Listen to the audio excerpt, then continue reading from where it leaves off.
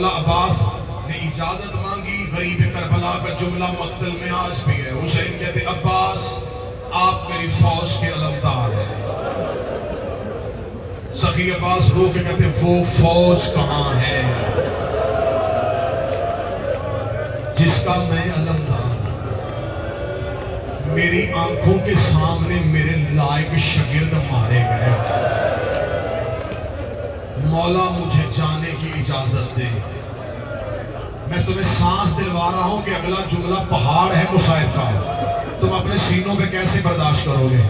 حسین کی حالت 10 محرم عصر عشور سے پہلے کیا ہوئی تھی میں پڑھ نہیں سکتا، بس یہ دیکھنا نا غریب لاشیں اٹھا اٹھا کے تھکا ہوا تھا، یا برابر کے بھائی نے جب آ کے کہا اب مجھے جانے دے، حسین نے جھکی ہوئی کمر سے عباس کا ہاتھ پکڑا، عباس کا ہاتھ پکڑ کے حسین ٹیلے کے پیچھے لے گئے، ٹیلے کے پیچھے جا کے ایک بار پاؤں سے سر تک غازی کی جوانی دیکھی، روکے گا عباس ایک سوال کا جواب دے اور مقتل چلا جا۔ عباس روکے دے پوچھئے میرے بادشاہ کیا پوچھنا ہے؟ اب میں نہیں دیکھوں گا کون بندہ ہے جس کی آنکھ نم نہ ہو اور جس کا ہاتھ سر اور سینے پہ نہ آئے۔ حسین نے بے ساختہ عباس کے گلے میں باہیں ڈالی، روکے گا مجھے اتنا بتا میں پہنے لے کے کہاں جاؤں، میں بیٹیاں لے کے کہاں جاؤں، اور میں تیرے سہارے پہ چلا تھا، وہ خیمے میں علی کی بیٹیاں بیٹھی۔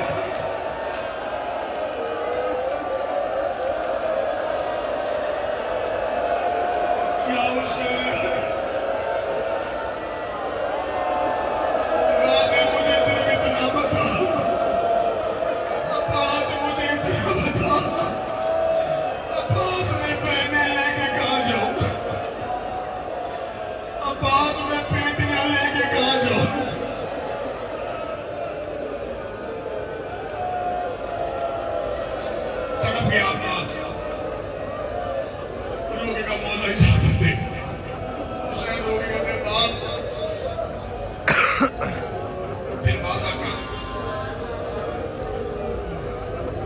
تلوار نہیں لے کے گئے،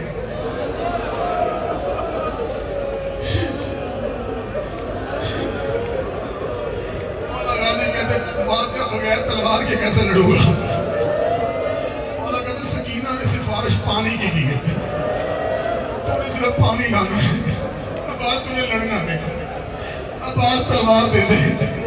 عباس روئے کہتے مولا تلوار دے، مولا تلوار دے۔ سپاہی کے پاس اسلام میرا جگر پھٹ رہا ہے، میں کربلا میں بیٹھ کے جوان کیسے پڑھوں؟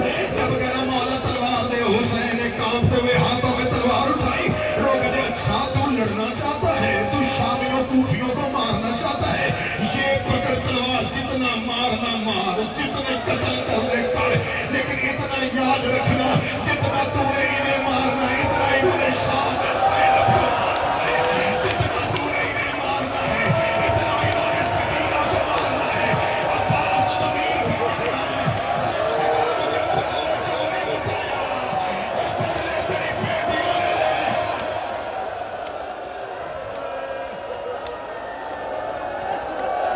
عباس جتنا مارنا، عباس بدلے زینب نے دینے ہیں، اور کربلا میں بیٹھ کے عباس سننے والوں اور غازی کے نوکروں اور عباس کی کنیزوں، عباس بدلے علی کی بیٹیوں نے دینے ہیں۔ سفارش کون آئی تھی؟ حسین کی بیٹی۔ آج بھی مجرب ترین عمل کربلا میں بیٹھ کے دینے لگا ہوں، کوئی ناممکن کام نہ ہو رہا ہو، بیٹیاں لے کے علم عباس میں چلے جانا۔ کربلا میں آئے ہو، اگر کوئی بیٹی ساتھ لے کے آیا ہے نا، تم نے اپنی سفارش کروانی ہو غازی کے حرم میں بیٹی لے جانا، بیٹی عباس کی زمین پہ کھڑی کر کے کہنا مولا میں بیٹی سفارش بنا کے لایا ہوں۔ غازی بیٹیاں خالی نہیں بھیجتا، اس لیے کہ آخری وقت میں حسین کی سکینہ عباس کا ہاتھ پکڑ کے آئی تھی، رو کے کہتی بابا میں سفارش لے کے آئی۔ غازی کی سفارش کا نام ہے سکینہ۔